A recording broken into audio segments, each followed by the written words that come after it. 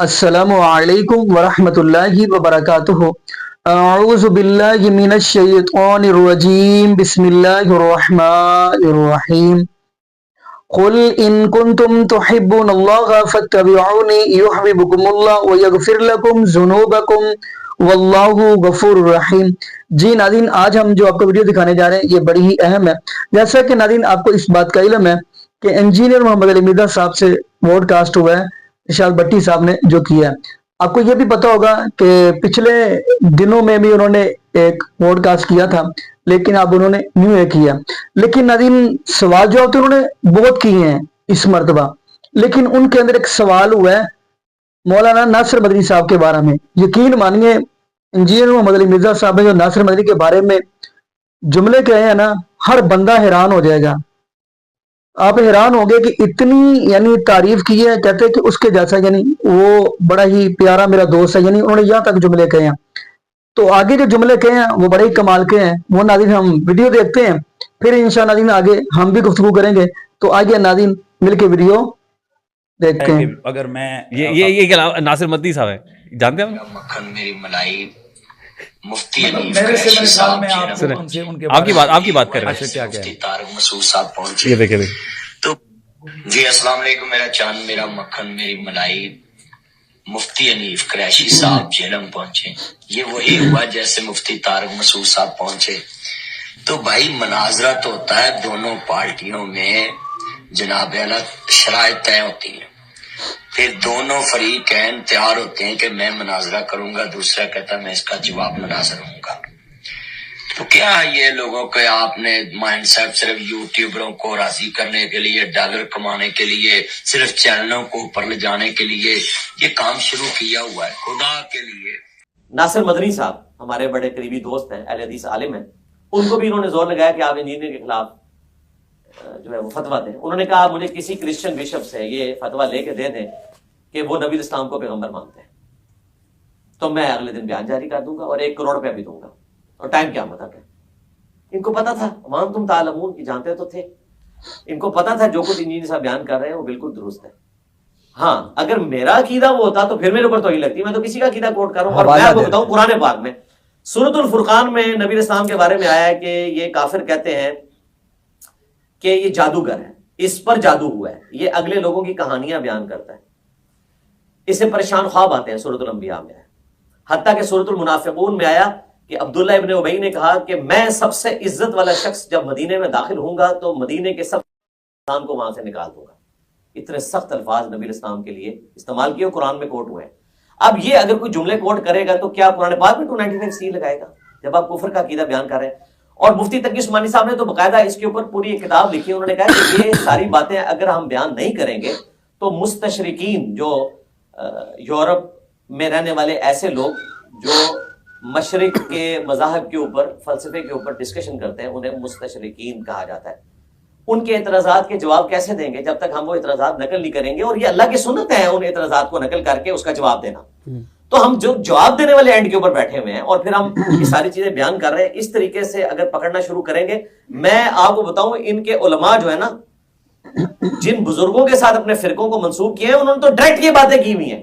مثلا راغب نعیمی صاحب کو میں صرف ایک حوالہ دوں گا ان کے لیے، ان کے پورے فرقے کے لیے جو کروڑوں میں ہے، کہ احمد بریلوی صاحب المتوفا 1921 عیسوی بمطابق 1340 ہجری، آج چل رہا ہے دسمبر 2025 بمطابق 1447 ہجری، مشکل سے 100 سال ہوئے اعلیٰ حضرت کو فوت ہوئے ہوئے۔ ان کے فتوے بریلی سے بھی پرنٹ ہو رہے ہیں اور یہاں پہ بابا جانی بھی اسے پرنٹ کرواتے ہیں۔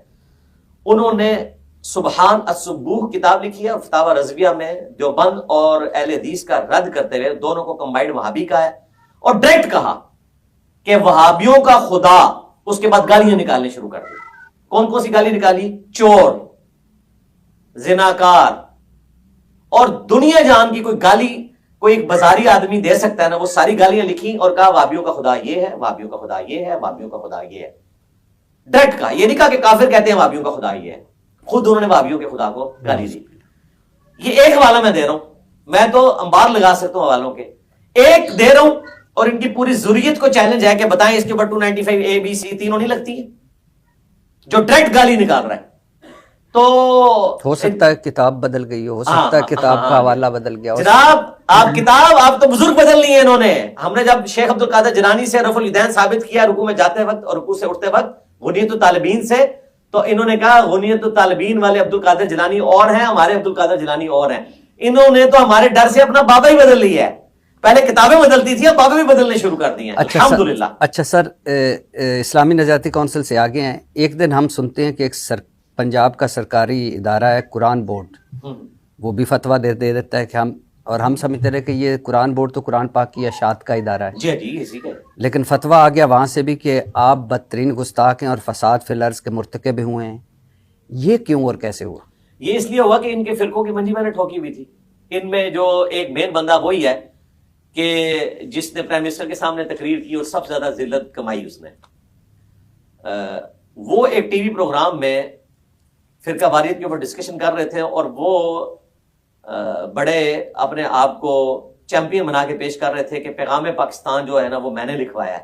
تو میں نے کہا اس میں یہ جملہ لکھا ہوا ہے کہ تمام فرقوں کو چندہ دینا جائز ہے، تمام کے پیچھے نماز پڑھنا جائز ہے، اور ایک دوسرے کی مسجد میں جا کے آپ اماموں کے پیچھے نماز پڑھ سکتے ہیں، ایک دوسرے سے نکاح بھی کر سکتے ہیں. بریلوی، دیوبندی، اہل حدیث اور شیعہ کہتے ہیں جی یہ تو نہیں لکھا ہوا. تو میں نے کہا آپ کا پیغام پاکستان میں کچھ بھی نہیں لکھا ہوا اگر یہ نہیں لکھا ہوا. اور دیکھیں میری کرامت ظاہر ہوئی ہے، پرائم منسٹر نے سیم یہی تقریر کر دی ہے. پرائم منسٹر صاحب سے میں ریکویسٹ کروں گا اپنی تقریر جو ہے پیغام پاکستان میں داخل کروائیں. میں دیکھتا ہوں کون مولوی سائن کرتا ہے. داڑھی پہ ہاتھ پھیر کے کہہ رہا ہوں کوئی مولوی سائن نہیں کرے گا، کیونکہ ان کے بڑوں نے لکھا ہوا ہے. احمد صاحب بریلوی صاحب کو ہم راغب نعیمی صاحب کے بزرگ کو ڈسکس کریں گے. انہوں نے احکام شریعت میں لکھا ہے کہ جو بریلوی کے سوا فرقے ہیں جتنے، دیوبندی، اہل حدیث، شیعہ اور قادیانی کافروں کو اس کے ساتھ ذکر کیا، یہ 1,00,000 دفعہ بھی اللہ کا نام لے ذبیحہ مردار رہے گا. یہ سب کے سب مرتد اور واجب القتل ہے. البتہ یہود و نصارہ کا ذبیحہ حلال ہے.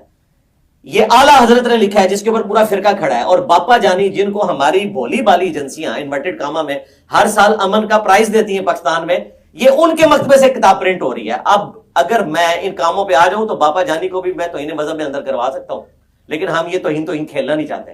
اور ملفوظات اعلیٰ حضرت بھی پرنٹ کر رہے ہیں، ان کے اپنے بیٹے نے جمع کیا ہے. اس میں انہوں نے لکھا ہے، جب ان سے پوچھا گیا اعلیٰ حضرت سے کہ بتائیں کہ وہابیوں کے پیچھے نماز پڑھ سکتے ہیں، ان کہتے ہیں ان کی تو اپنی نماز نہیں ہوتی، نہ ان کی نماز ہے، نہ جماعت ہے. ان کا ان کی مسجد میں الگ سے پڑھ سکتے ہیں. انہوں نے کہا کفار کی مساجد مثل گھر کے ہیں. کافر کہا ڈائریکٹ، دیوبند کو، اہل حدیث کو. اندازہ کریں یہ لوگ وہ ہیں اور آج یہ ہمیں آ کے مشورے دے رہے ہیں. تو قرآن بورڈ جو ہے نا اس میں ایک بندہ وہ بھی بیٹھا ہوا تھا. تو میں نے اس سے جب یہ بات کی تو اس نے خار اپنے دل میں رکھی تھی. اب اس کے بعد جب موقع آیا تو اس نے اپنی وہ نکال دی. حالانکہ ان کا کام یہ ہے کہ صرف زبر زیر چیک کریں، یہ ترجمہ چیک بھی نہیں کر سکتے. الٹا ایک بات بیان کرنے کے اوپر فتویٰ دینا تو دور کی بات، ان کے پاس یہ بھی اتھارٹی نہیں کہ ترجمہ چیک کر سکیں. یہ صرف قرآن کے عربی ٹیکسٹ کو چیک کر سکتے ہیں، اور ترجموں پہ آئے نا تو یہ ساروں کے ترجمے فارغ ہو جائیں گے جو قرآن میں انہوں نے. جی ناظرین، آپ نے یہ بڑی ملاحظہ فرمائی. ناظرین اگر آپ ناصر مدنی صاحب کے بارے میں بات کریں نا، وہ ناظرین بات سیدھی سی ہے، وہ معاشرے کے لحاظ سے بات کرتے ہیں لیکن وہ حق بات کرتے ہیں، کیونکہ وہ جیسے معاشرے کے اندر چیزیں چل رہی ہیں اس انداز سے وہ بات کرتے ہیں. لیکن ناظرین یہاں پہ میں یہ بھی بتاتا چلوں، انجینئر محمد علی مرزا صاحب ان کے یعنی یہی مین سوچ ہوتی ہے نا کہ عوام الناس رب العالمین کے قرآن پہ اکٹھی ہو جائے اور محبوب علیہ الصلوۃ والسلام کے فرمان پہ اکٹھی ہو جائے.